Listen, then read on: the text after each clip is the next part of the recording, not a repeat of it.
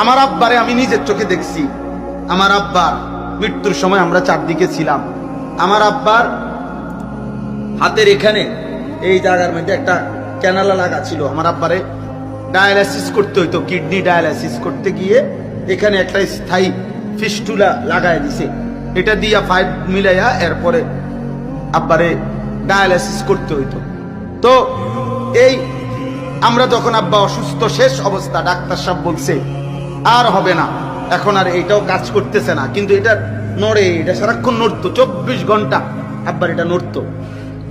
তো আমরা সবাই পাশে বসা, আমার বাবার ছেলে মেয়ে, আমরা ভাই বোন 8 জন, নাতি নাতনি মিল্লা প্রায় 25 জন তখন কোরআনুল কারীম চারদিকে পড়তেছিলাম। আমার আব্বা 43 বছর এক মসজিদের ইমামতি করছে এক জায়গায়।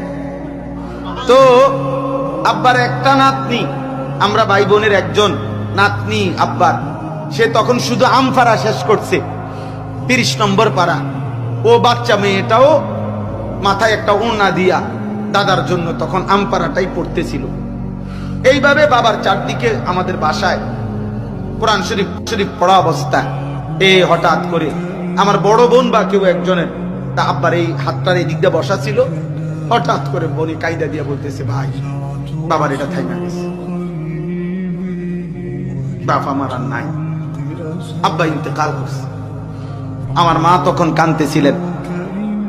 আমি তখন বলছিলাম, মা, আমার আব্বারে কবরে যদি ফেরেশতা প্রশ্ন করে মান রব্বুকা, আলী আশরাফ তোমার রব কে, আমি নিশ্চিত আমার বাপ বলবে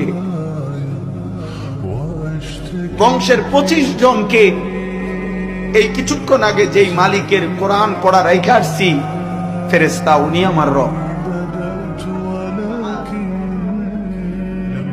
উনি আমার রব।